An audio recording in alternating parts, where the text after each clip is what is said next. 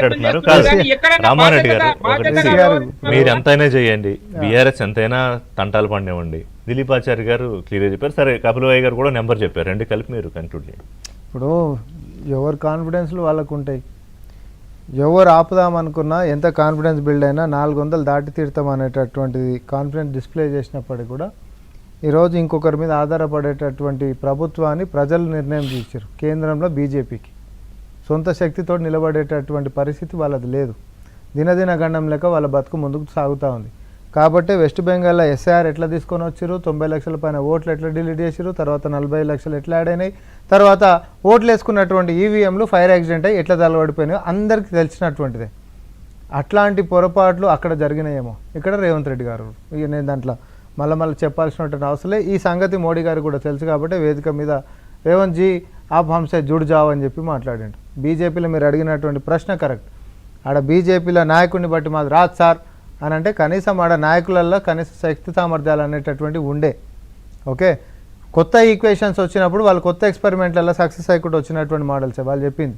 సరే అవినీతి పరులు అక్రమార్కులని మా దాంట్లో చేర్చుకోము ధూమ్ డుస్కని మాట్లాడుతున్నారు చాలా శుద్ధభూసలు నిజాయితీ పరులు లెక్క సువేందు అధికారి దగ్గరికి మొదలు పెట్టుకుని చచ్చిపోయిన అజిత్ పవార్ దాకా కూడా ఎన్నికల కంటే ముంగట ఇట్లా కరపత్రాలు పుస్తకాలు ప్రింట్ చేసి వారి యొక్క అవినీతి ఇలా చర్యలు తీసుకుంటాం వాళ్ళని జైళ్ళలో పెడతాం అనేటటువంటి శపథం తీసుకొని ఎన్నికలకు పోయినటువంటి మోడీ గారే నేను అంటుంది కూడా శపథం తీసుకొని మరి జైళ్ళలో పెట్టి తీరుతా అని చెప్పి ప్రమాణం చేసిపోయినటువంటి బీజేపీ తర్వాత వాళ్ళనే ముఖ్యమంత్రులు ఉప ముఖ్యమంత్రులు ఎట్లా చేస్తుందో వాళ్ళు ఏందో వాళ్ళ పార్టీ యొక్క సిద్ధాంతం ఏందో ఆఖరికి వస్తే వాళ్ళ పార్టీ నైతికత రాముల వారి సొమ్ములు కొట్టేసేటటువంటి దాకా పతనావస్థకి వెళ్ళిపోయినటువంటిది ఈరోజు ప్రజలకు మొత్తం తెలుసు కాబట్టి బీజేపీ అనేటటువంటిది రానున్నటువంటి కాలంలో ముగిసిపోయినటువంటి అధ్యయనం మీరు ఇది రాసి నేను అంటున్నా కదా ఎవరు కాన్ఫిడెన్స్ వాళ్ళకు ఉంటుంది నేను లాస్ట్ టైం కూడా సేమ్ డిబేట్ ఎక్కువ పొంగిపోయింది సార్ సాచురేషన్ పాయింట్కి వచ్చేసారు వాళ్ళు ఇప్పుడు డౌన్ ఫాల్ మొదలైంది కేంద్రంలో బీజేపీ కూడా నువ్వు ఎన్ని చేసినా సోషల్ మీడియా జస్ట్ అట్లా మనం ఒకసారి సోషల్ మీడియా డైనమిక్స్ చూస్తే తెలిసిపోతుంది వాళ్ళు 1000 కోట్లు పెట్టి బూస్టులు కొట్టినా కూడా జాకీలు పెట్టినా లేస్తున్న పరిస్థితి ఇప్పుడు బీజేపీ కనిపిస్తలే ఎందుకంటే కొత్త తరం మాత్రమే కాదు దేశ ప్రజలు ఎప్పుడైనా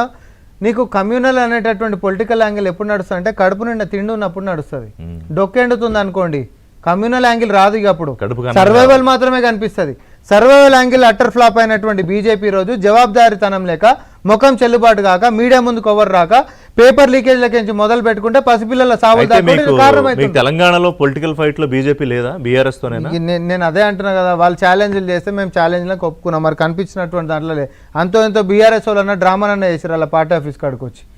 ఛాలెంజ్ చేసిన రామచంద్రరావు గారు అయితే నేను కుర్చీకి సిద్ధమని చెప్పి ఇమీడియట్ గా టైం డేట్ చెప్పాను అది లేదు ఇది లేదు నా గట్కా నా ఘాట్కా లెక్క ఎనీవే 2.5 ఏళ్ల ముందే ఈ స్థాయి